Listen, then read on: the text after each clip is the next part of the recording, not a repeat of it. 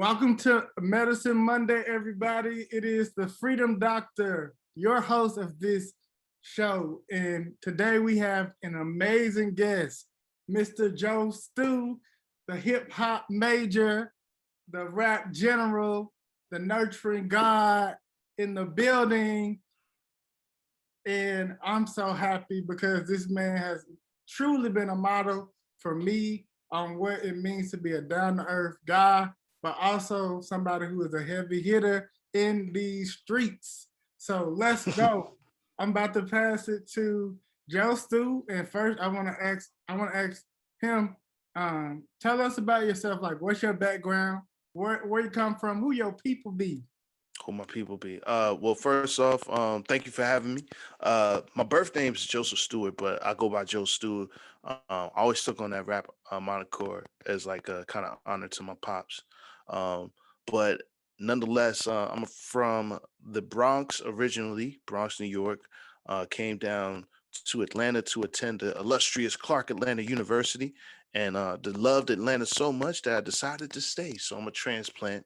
I'm the ones that the Atlanta natives hate. Uh, but but yeah, stayed in Atlanta. I was deeply involved and still am involved with the Rites of Passage in Dugu and Nzinga, uh, founded by Daniel Dr. Black. Can you hear me well? Okay, good.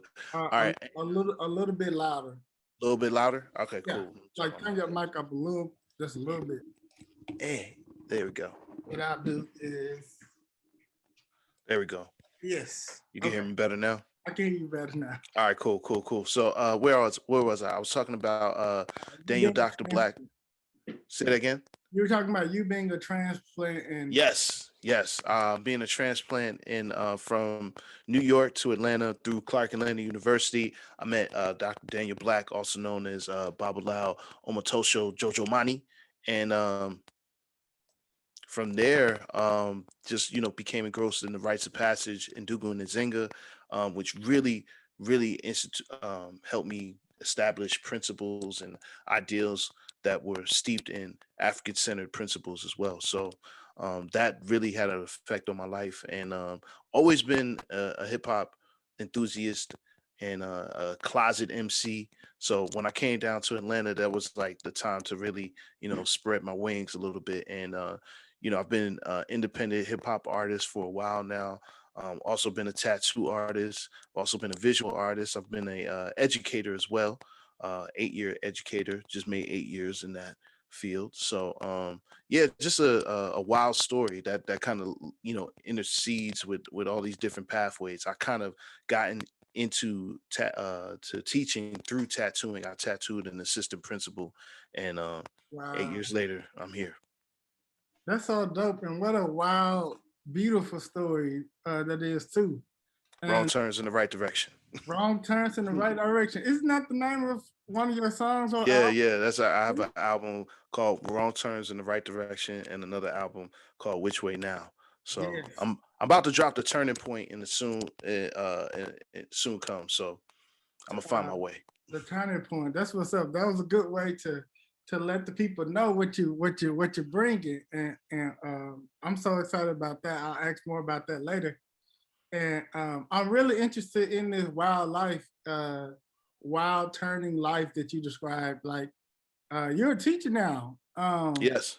and have been for 8 years. Like have Yeah. been for 8 years. Wow. And I'm wondering, like, when in the classroom, how does hip hop shape how you teach?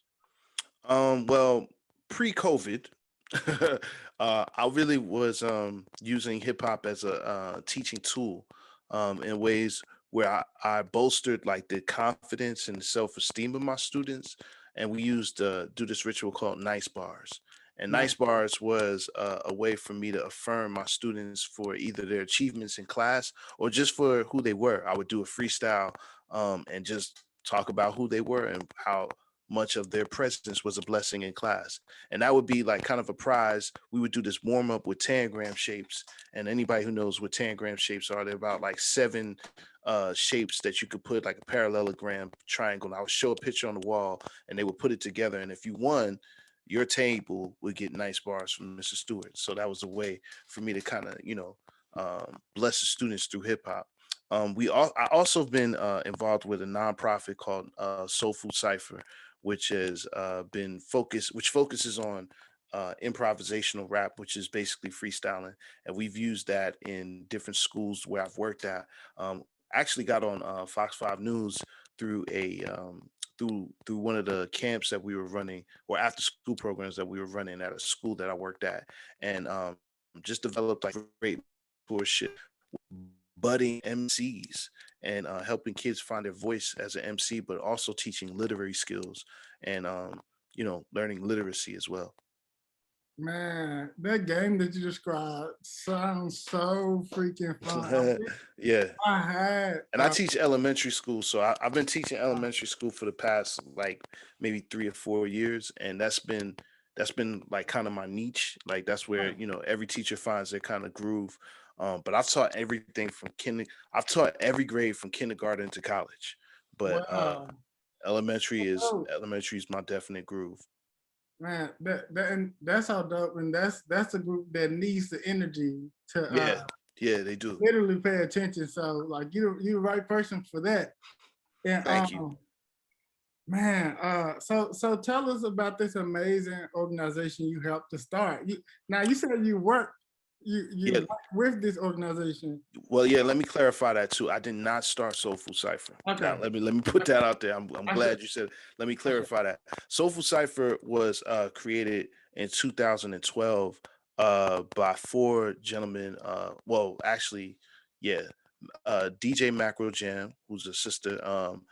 Uh, Alex Acosta, DJ Cost One, Mark Montgomery, Mark Mont, and Wahid uh, Koshran Vani. They mm, all came together. And also, let me also put Eric Ludgood, who is also known as Zano Bathroom. He's an incredible MC. But all of these people came together through a mentorship program Alex was running through, I think it was like a community center. But basically, they were, starting off the seeds of Soulful Cipher. And eventually, they started doing ciphers at the bottom of a community center, which is now no longer with us, but Wonder Root, which was a wonderful. incredible art space, and I that's where think I Soulful went Cipher was. there. Yeah, you You had one probably of the have. shows and Wonder Yeah, when yeah, I was yeah, yeah. there. I was I there. had a I show. remember I had a show at the basement of Wonder Root a long time ago. But at that that. very same basement, that's where Soul Food Cipher was started. Ironically, I didn't end up joining Soul Food Cipher to maybe 4 years after it became, you know, a nonprofit.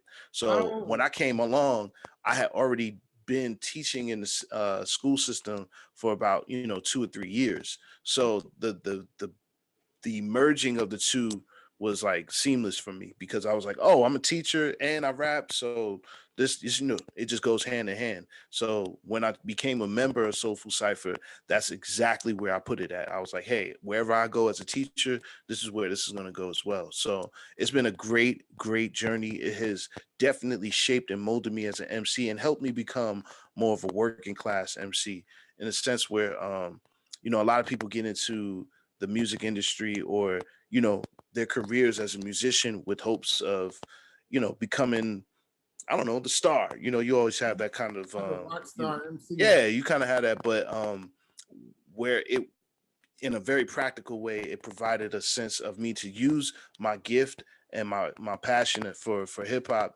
as an avenue to not only educate but to earn money as well. I mean, there's some places where I might do a performance through Soul Food Cipher, for Mercedes Benz or you Mm, know MailChimp or different corporations that use us for engagement, speaking engagements and so forth. So it brought a level of practicality and changed my view on what making it is as a rapper. right, because making it can be about impact on the people, and, and instead of just money, you know. And if you can get a salary of 30 grand or more, doing that, That's cool. that's you win it. So I had to really that really forced me to change how I saw myself as an artist, Mhm. and the different ways that it can manifest. Man, that's so dope. And that's the type of impact I want to make someday, to use my gift and, first impact people, and then down the road, somebody value that by Yeah. first valuing my gift by offering it free to anybody who wants it. That's sometimes I think that's how I think, you know, abundance grows in our life because of that. And Indeed. so that's so amazing, and I'm proud of you for doing what you do, and just being out there and spreading the gospel of hip hop, and get into how you open yourself up to be that conduit of hip hop, to be that conduit of affirmation, right? How did you get to that place um, in your healing, right? To me, you have a nurturing presence. I'm asking. My question is, what was your freedom jump to be able to freely show your nurturing uh, power Hmm. as an artist? And I ask that with the knowledge that, for many men, myself included, I think we all have to learn nurturing as Hmm. an ability to help other people along, Hmm. help ourselves along, love ourselves. How did you open yourself up? What was that healing point for you in your life to say, I can affirm others freely. And in fact, this I'm so good at it, you know, I can create space in this nurturance too. I think to answer your question, um, I'll tell you there were two incidents that really helped me get to that space of acceptance. One, I was on a while I was journeying through this rites of passage in Dugu and Nzinga. I remember I got an assignment. Shout out to my brother Steve Adams, aka Ezekiel in Zuriwatu, but he told me, "Hey, leave cards and notes for people, but don't sign them. Like, don't say it's from you. Just leave a nurturing word or something for somebody." And I did it for a while, and the purpose of it, what I came to find was that get used to the mode of giving without it having to be recognized, without you being attached to what the result or outcome is, because whether somebody appreciates it or not, the aspect or the benefit is you giving it, and showing that to that person and feeling free in doing so. So it took a while to get that, but it really started, making sense when I became, a member of the cipher, and we started doing nice bars, and it just clicked. It was like, oh, that's that's a great way of doing this in the hip hop lyric form. You know what I mean? And Mm, that wasn't the only way, but that was just a very clear way for me that it manifested. I say, um, I I think hope I about, answered your question. you did, and you Okay, answered all right, cool. well, and well enough for me to connect a similar experience I had in like allowing myself to give without expectation. I remember I was journeying, and a mentor or elder told to me, write these poems for everybody in your community and just give it, and I did not complete that thing all the way because there's so many Like people, many of us. like baby, adult, cause it don't matter. But I wrote so many poems from that, and I learned that, you know when we give, it helps us create better connection to Hmm. people, and also we can value what we see in them that they don't see in themselves. And for me, it helped me tap into my spirituality, because a lot of people were like, how do you know those things about me? Spirituality. But and as a person who at that time grappled with sharing my heart to people and letting them know what I see, Hmm. to not, how you can sometimes sharing what you see and giving your heart can hurt, because you're not to be there open to somebody else, to let them let them know what you see and how you Hmm. see them. and It's and not a be connected whole to how they different, receive it. Yes. That is scary. And that was a good lesson for me, and Hmm. to teach me to keep giving without that.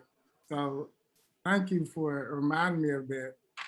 And I want to go back to the soul food cipher, or because to me, like every time I watch the lives and y'all be like freestyling, I be like, Hmm. this is so dope. But then you know what else I pay attention to? I pay attention to the brothers and sisters' faces who like be seeing it and they be like, yeah, Yeah. Yeah, yeah. that's part two. Like that's like a space of nurturing, and it may even be a space of healing for some people when they hear a phrase that Yeah, absolutely. go someplace that they haven't said, but they hear it and spirit would tell them, pay attention to that. Pay Yeah, attention to yeah. that. And I Me. know that has done that for me when I've been watching Hmm. like confirmation. He just said this in a dope bar. So I really Hmm. need to listen to it. So what were you about to say? I was about to say, we that's definitely a healing space there, and it of course the lives came as a response to COVID, Mm, because before then we were hosting ciphers every fourth Sunday of the month. So mm, we would get up at Annex at the bookstore next to Georgia Tech on Georgia Tech's campus, and they were these they got really big, but again, because of COVID, we had to really adjust, and we started doing these live streams, and it just took a leg of its own.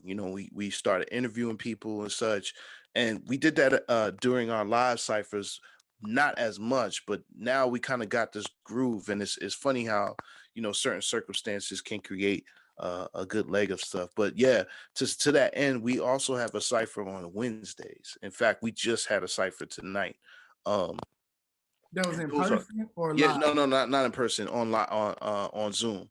On We Zoom. have two ciphers a week. So one on Sunday is for the public. That's for the Right. the people. That's what I But the see. one on Wednesday, that's like the dojo. That's that's when we you playing that pickup ball, and we did a segment on rapping about your past, and it was so healing because you had people admitting or talking about different things they experienced as a youth and how it influenced them to who they are now. We talked about I showed pictures while I was rapping of myself as a kid and stuff. So it was really healing in that space because you got to find out a lot about a person, especially if they were being vulnerable in that moment. Mm, that's so powerful. Like people underestimate the healing power, the nurturing power, the connection power of hip hop, man.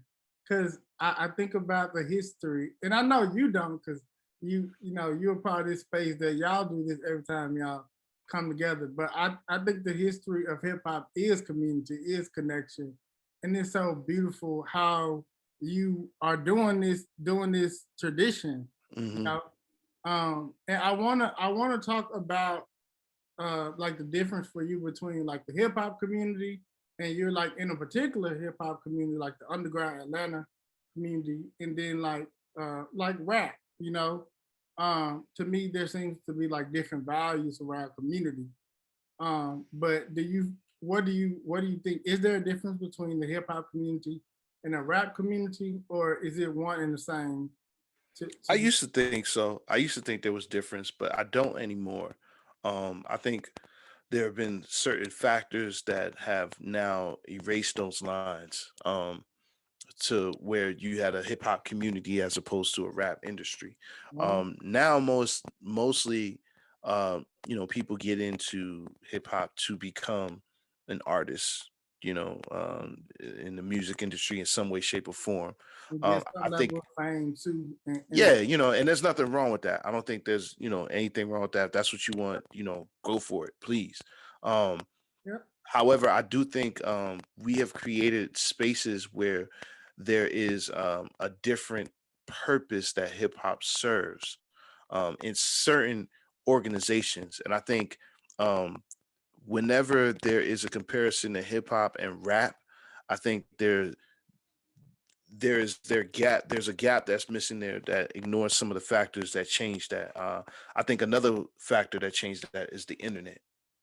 There were Mm, a lot of places where hip hop communities were localized and adhered to or served the purpose of that community for within that location. But now, that's not really as strong when you have people that you could reach across the world. We've had ciphers with people from Germany, people from Somalia, people from Japan. You know what I mean? So when you're reaching across those lines, of course, there's a communal sense because we're here for communal purpose, and we're all rapping and doing that stuff.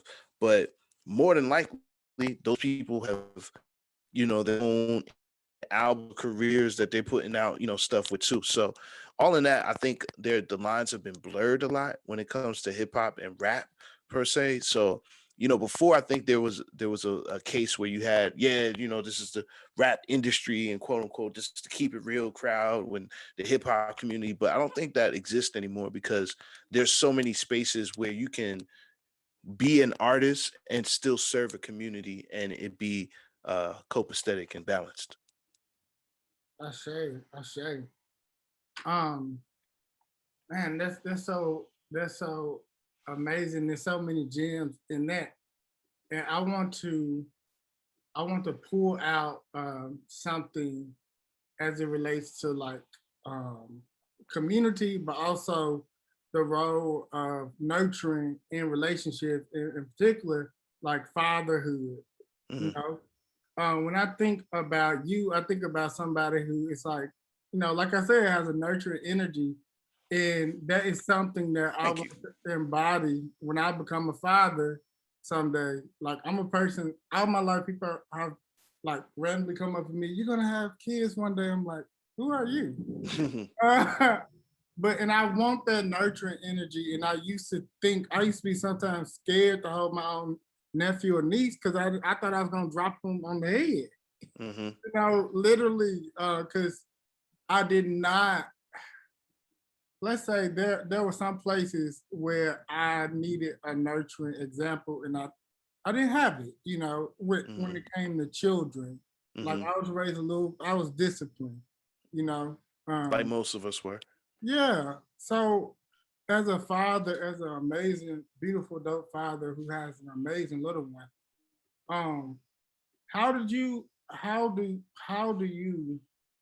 or mm, what are some ways that people who want to be fathers or want to father in the broad sense, how can we pull up nurturing to father well? Hmm. I think one is heal whatever issues you have with your father. Mm-hmm. I think that's one because they will repeat. Mm-hmm. What I mean, whether you know it or not. So that's one. I think two, get around other good fathers, and there are good fathers out there. I know that's not the popular opinion, but there are good fathers out there. You know what I mean? Mm-hmm. And I had great examples of what good fathers were, whether it was through Ndugu or whether it was through just personal connections with people I met along or men I've met along the way. And along with that, I had a great father figure as well. My father stayed in my life, so I can't negate or retract from that influence as well. And I always had positive male role models around. I had some negative ones too, like we all do. And I had people who just had faults. So I was blessed in that sense. However, if you're not from that same background, then I think healing whatever issues you have and serving uh getting involved or around others who are on the same path is the best that you can do. um and just be consistent. What I mean?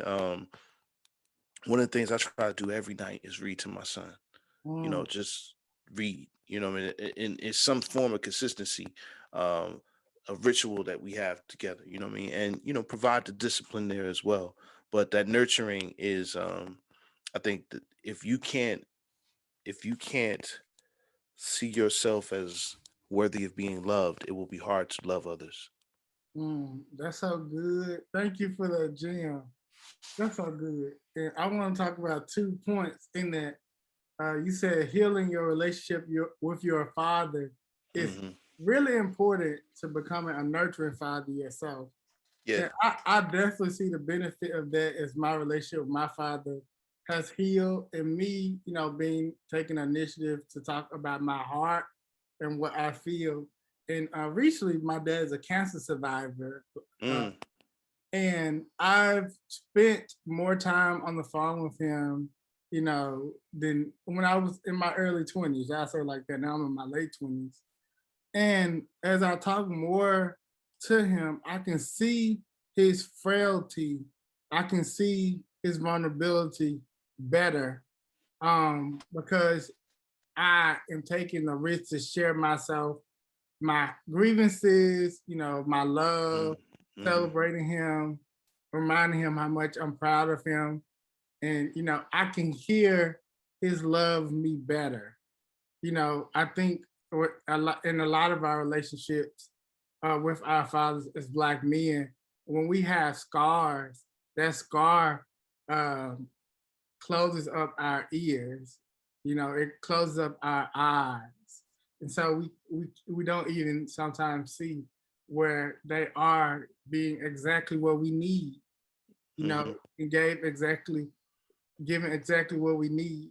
Because I'm saying all this to say is like I know a lot of us in our relationship to our father, we're gonna be like, well, why did I get this one? But I can say absolutely my father is exactly what I needed to be the man I am today. And I'm glad he's still here at 57. Please be, please be. Both my parents are deceased, and I had a revelation moment. Um, Recently, I just got my master's from Clark. Hey, So shout out to congratulations. me, definitely. Shout out to that in African American Studies. Yeah. Um, and I had looked at a picture before I left the house of me graduating from Clark with my bachelor's, and my parents were with me. And Mhm. then I had this picture of my son, me holding my son at my master's, graduation. So it was like a full circle moment. And it would have been hard for me to see the blessing in that and heal past that loss without therapy. And I think that was what I would also suggest as a path to healing those issues, whether they be with your father or not. Mhm. Um, I know people, may have their views on therapy. It worked for me, Me and too. I still go to therapy as well. Me too. It's something that I think is should be as important as you working out your body. If you want to lose weight, that's great. You want to look fine, that's fine. But also take care of that mind.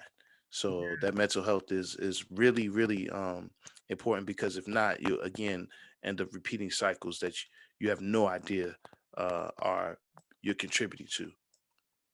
Oof. That's so good. I think in my deepest heart, I want to make sure I'm healed for the people our Father someday. So like thank you for reminding me of that because I need to get a new therapist. I'm in a new city in the Northeast now. Mm. And I live in Boston now. And that is something that, I miss, having my Black male therapist. And I'm trying to find another one of those in Boston, like somebody who looks like you, who knows Hmm. what it means to go through something similar to what you do. So I That's show you. real. Um, so let me see. I show. Um,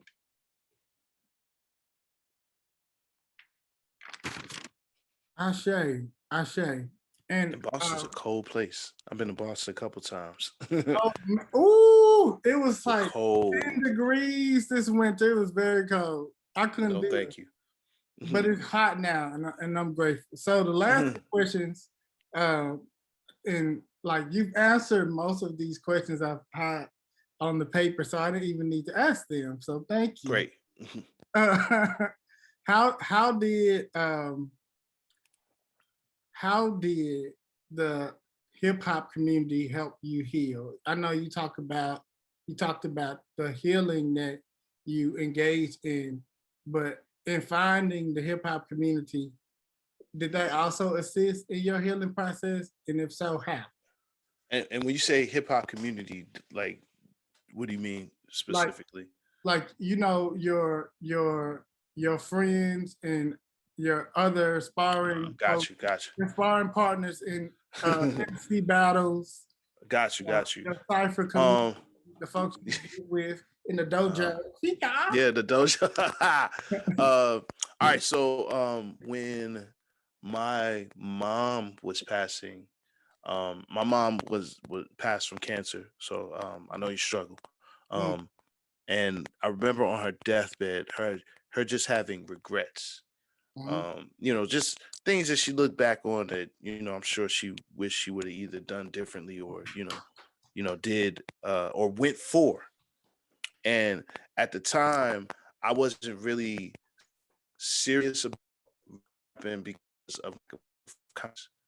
At the time, I struggled with a lot of self-worth and self-esteem issues. Still do, not to the same degree, but there was a part of me that just felt like I just don't got a chance. So like, why even try?